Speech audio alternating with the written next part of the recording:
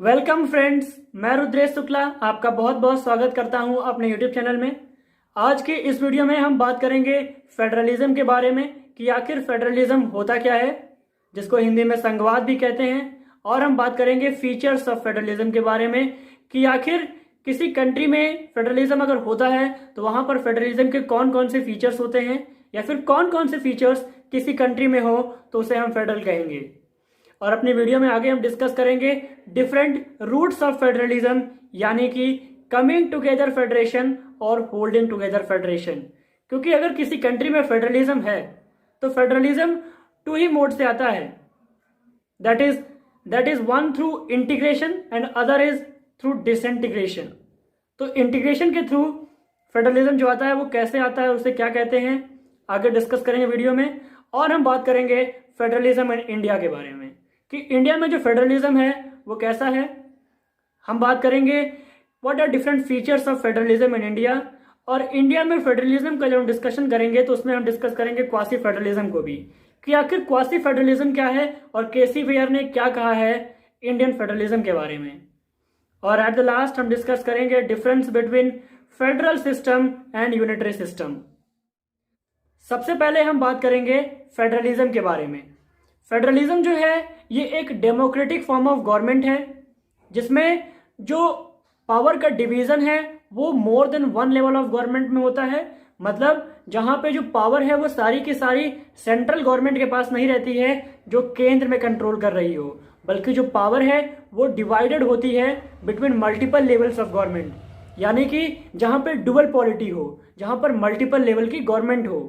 ये सिर्फ two levels of government की बात नहीं करता है। ये जैसे कि इंडिया में यहाँ पे पंचायती राज इंस्टीट्यूशन भी है। इट मीन्स इंडिया में 3 टियर स्ट्रक्चर है। इंडिया में जो फेडरल स्ट्रक्चर है इसमें एक केंद्र सरकार तो है ही, सेंट्रल गवर्नमेंट है, फिर एक रीजनल लेवल पे स्टेट गवर्नमेंट है, फिर एक सबसे बॉटम में पंचायती राज इंस्टीट्यूशन है। इट मीन्स इंडिया में ये 3 टियर स्ट्रक्चर है। पावर का जो डिवीजन है वो 3 लेवल्स पर है। तो फेडरलिज्म यही कहता है कि फेडरलिज्म में जो पावर का है वो कंसंट्रेशन नहीं होगा, सिर्फ सेंट्रल गवर्नमेंट के पास पूरी पावर्स नहीं होंगी। इसमें पावर का जो है वो डिवीजन होगा between different levels of government. It means vertical division of power के बारे में बात करता है फेडरलिज्म। सो फेडरलिज्म सिर्फ ये नहीं कहता कि यहां पर मल्टीपल लेवल्स ऑफ गवर्नमेंट होंगी, ये भी कहता है कि जो पावर का जो डिवीजन है वो भी मल्टीपल लेवल्स में होगा। और जितनी भी सेंट्रल गवर्नमेंट है या फिर रीजनल लेवल पे जो स्टेट गवर्नमेंट है, इनका जो पावर का जो जुरिस्डिक्शन होगा, इनको जो डिफरेंट पावर्स दी गई होंगी वो अलग अलग पावर्स दी गई होंगी। और वो पावर्स सेंट्रल गवर्नमेंट नहीं देगा रीजनल गवर्नमेंट को, यानी कि जो केंद्र सरकार है वो राज्य सरकार को पावर्स नहीं देगी। पावर जो है वो कॉन्स्टिट्यूशन देगा। इट मीन्स फेडरल सिस्टम ये भी बात करता है कि जो कॉन्स्टिट्यूशन है ये रिटन होना चाहिए और कॉन्स्टिट्यूशन जो है वो रिजिड होना चाहिए। और साथ ही साथ जो डिफरेंट सब्जेक्ट्स का जो एलोकेशन है पावर का वो भी होना चाहिए। इट मींस किस मैटर पे स्टेट गवर्नमेंट लॉ बनाएगी और किस मैटर पे केंद्र सरकार राज बनाएगी, इसका जो है वो डिवीजन होना चाहिए। इट मींस फेडरलिज्म सिर्फ मल्टीपल लेवल्स ऑफ गवर्नमेंट नहीं है, ये मल्टीपल लेवल्स पे डिवीजन ऑफ पावर भी है। अगर हम वर्ल्ड में देखें कि कौन कौन सी कंट्रीज हैं जो फेडरल सिस्टम ऑफ गवर्नमेंट के एग्जाम्पल्स हैं, तो वो है Australia, United states of America, Canada, Russia, Brazil. पर हम जो है वो इंडिया को इसमें नहीं रखेंगे because India is really not a true federal country. So friends, ये हमने देखा फेडरलिज्म के बारे में कि आखिर फेडरलिज्म होता क्या है। अब हम बात करते हैं that what are different features of federalism. अब बात करते हैं फीचर्स ऑफ फेडरलिज्म के बारे में कि ऐसे कौन कौन से नेसेसरी फीचर्स हैं जो किसी कंट्री को फेडरल बनाते हैं। पहला है ड्यूअल गवर्नमेंट, कि यहाँ पर सेंटर लेवल पे एक केंद्र सरकार तो होनी ही चाहिए, बट रीजनल लेवल पे एक स्टेट गवर्नमेंट भी होनी चाहिए। It means 2 levels of government, at least 2 levels of government होनी चाहिए। इंडिया में 3 लेवल्स ऑफ गवर्नमेंट है, that is also a feature of federalism. और यानी कि यहाँ पे ड्यूअल गवर्नमेंट है। और जो दूसरा फीचर है वो है रिटन कॉन्स्टिट्यूशन। फेडरल सिस्टम ये डिमांड करता है कि जो आपका जो कॉन्स्टिट्यूशन है वो रिटन हो, जिससे कि जो सेंट्रल गवर्नमेंट है वो उसको अपने हिसाब से ना चलाए, कॉन्स्टिट्यूशन रिटन होना चाहिए। और ये कहता है कि जो कॉन्स्टिट्यूशन है वो रिजिड होना चाहिए। इट मीन्स ऐसा नहीं है कि कभी भी सेंट्रल गवर्नमेंट ने, पार्लियामेंट ने चाहा और उन्होंने लॉज को चेंज कर दिए, ऐसा नहीं होना चाहिए, ये रिजिड होना चाहिए। इसमें जो स्टेट्स हैं उनका भी से होना चाहिए, वो भी जो कहें वो भी माना जाना चाहिए, और उनके भी जो वर्ड्स हैं वो इंपॉर्टेंट होने चाहिए।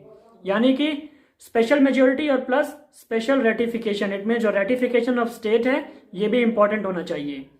और यहां पर सिर्फ डुअल लेवल्स ऑफ गवर्नमेंट नहीं है, फेडरल सिस्टम में जो है वो डिवीजन ऑफ पावर भी है। इट मीन्स जो पावर का भी डिवीजन होना चाहिए, कौन कौन से मैटर पे कौन लॉज बनाएगा वो भी वेल स्पेसिफाइड होना चाहिए।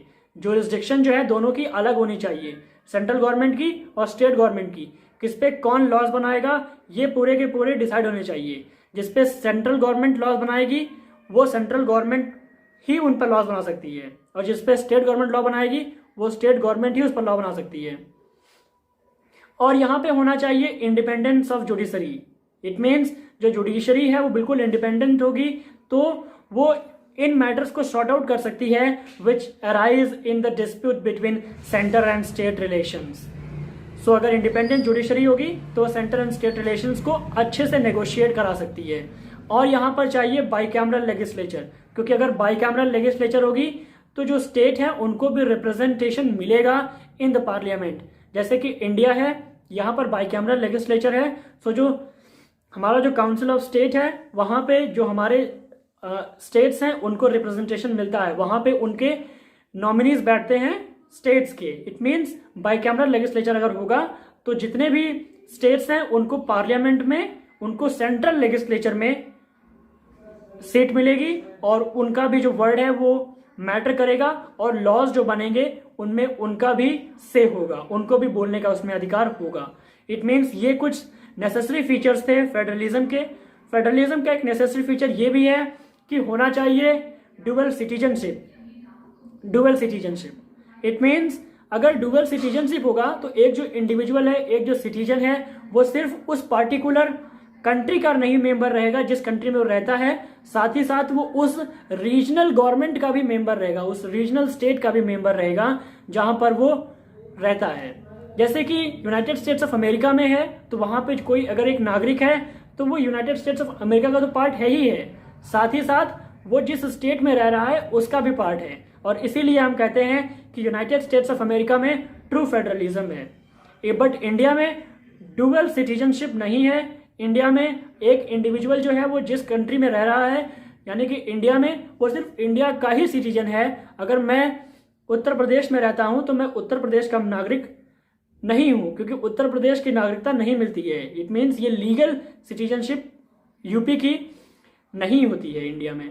इंडिया में सिर्फ सेंट्रल सिटीजनशिप ही होती है। It means we all are Indian and that is also a unifying thing and which integrates us all towards a common nation. So friends, ये था फीचर्स ऑफ फेडरलिज्म के बारे में। अब बात करते हैं डिफरेंट रूट्स ऑफ फेडरलिज्म, जिनको हम डिफरेंट टाइप्स ऑफ फेडरलिज्म भी कह सकते हैं। वो होते हैं कमिंग टुगेदर फेडरेशन और होल्डिंग टुगेदर फेडरेशन। अगर कोई कंट्री फेडरल है तो फेडरल कंट्री बनने के दो ही तरीके होते हैं, one is through integration and other is through disintegration. जो इंटीग्रेशन के थ्रू बनता है इट मीन्स जहां पर वीक स्टेट्स, इंडिपेंडेंट स्टेट्स एक साथ आते हैं और वो एक कॉमन यूनियन का फॉर्मेशन करते हैं, जिसका एग्जांपल है United states of America. United states of America जब फॉर्मेशन हुआ तो 13 इंडिपेंडेंट वीक स्टेट्स एक साथ आए, उन्होंने अपनी पावर्स को यूनाइट किया और तब फॉर्मेशन हुआ यूनाइटेड स्टेट्स ऑफ अमेरिका का। It means coming together federation में कुछ इंडिपेंडेंट वीक स्टेट्स एक साथ आते हैं और वो फॉर्मेशन करते हैं एक सेंट्रल गवर्नमेंट की, एक यूनिफाइड यूनियन की, उसे हम कहते हैं कमिंग टुगेदर फेडरेशन। और एक होता है holding together federation. Holding together federation का जो एग्जांपल है वो है कनाडा। कनाडा में क्या हुआ कि कनाडा एक कंट्री था, उसने अपनी पावर्स जो है वो डिवाइड कर दी इन रीजनल गवर्नमेंट्स, वेरियस प्रोविंसेस में। 10 प्रोविंसेस में कनाडा ने अपनी पावर डिवाइड कर दी। इसे हम कहते हैं होल्डिंग टुगेदर फेडरेशन, जहां पर एक स्ट्रॉन्ग सेंटर, एक कंट्री अपने आप को डिवाइड करती है, अपनी पावर्स को, अपने कंट्री में लेवल्स ऑफ गवर्नमेंट को डिवाइड करती है, डिफरेंट स्टेट्स का फॉर्मेशन करती है और उनको पावर्स देती है और उनको अपने में यूनाइट करके रखती है। उसे कहते हैं होल्डिंग टुगेदर फेडरेशन। इंडिया भी एक होल्डिंग टुगेदर फेडरेशन का एग्जाम्पल है, क्योंकि हमने अपने फीचर्स, जो फेडरल फीचर्स हैं, वो ऑलमोस्ट बोरो किए हैं कनाडियन कॉन्स्टिट्यूशन से, कनाडा से। ये फ्रेंड्स एग्जाम्पल थे होल्डिंग टुगेदर फेडरेशन और कमिंग टुगेदर फेडरेशन के। मैं उम्मीद करता हूं कि आपको समझ में आया होगा। अब बात करते हैं the most important part of this video, which is federalism in India, कि इंडिया में जो फेडरलिज्म है वो कैसा है। ऑल्थो जो वर्ड फेडरलिज्म है ये इंडियन कॉन्स्टिट्यूशन में कहीं भी मेंशन नहीं है। इट मीन्स इंडिया को फेडरल कहना ये पूरा सही नहीं है, क्योंकि ना तो हमारा कॉन्स्टिट्यूशन फेडरलिज्म कहता है कि इंडिया एक फेडरल कंट्री है, और ना ही जो इसके फीचर्स हैं वो बताते हैं कि इंडिया एक फेडरल कंट्री है। इंडिया जो है वो traditional federal country like Switzerland, Australia और यूनाइटेड स्टेट्स ऑफ अमेरिका की तरह फेडरल नहीं है। इंडिया में ट्रू फेडरलिज्म नहीं पाया जाता। इंडिया में जो है, जो स्लाइटली इंडिया का जो फेडरलिज्म है वो टिल्टेड है टुवर्ड्स सेंटर। सेंटर के पास ज्यादा पावर्स हैं, स्टेट के पास कम पावर्स हैं। जो मेनली इसमें जो ये पावर का जो डिवीजन है वो इनबैलेंस इसलिए है, वहां पर इम्बैलेंस इसलिए है क्योंकि जो फाइनेंशियल पावर्स हैं वो मेनली सेंट्रल गवर्नमेंट के पास हैं, और स्टेट गवर्नमेंट के पास रेसिडरी पावर्स भी नहीं है। इट मीन्स जो रेसिडरी पावर्स है और जो फाइनेंशियल पावर्स हैं ये बहुत ही हद तक जो पावर का जो बैलेंस है वो शिफ्ट करती हैं टुवर्ड्स सेंट्रल गवर्नमेंट। इसलिए इंडिया को हम कहते हैं that India is federal in structure but unitary in spirit. India दिखने में तो फेडरल लगता है कि यहाँ पर 3 टियर ऑफ गवर्नमेंट है, बाई कैमरल लेजिस्लेचर है, डिवीजन ऑफ पावर है, ट्रिपल पॉलिटी है, but that is not in the true practical pragmatic way. India federal in structure तो है but it is unitary in spirit. इसीलिए केसी where ने कहा है कि जो इंडियन फेडरलिज्म है ये क्वासी फेडरल है।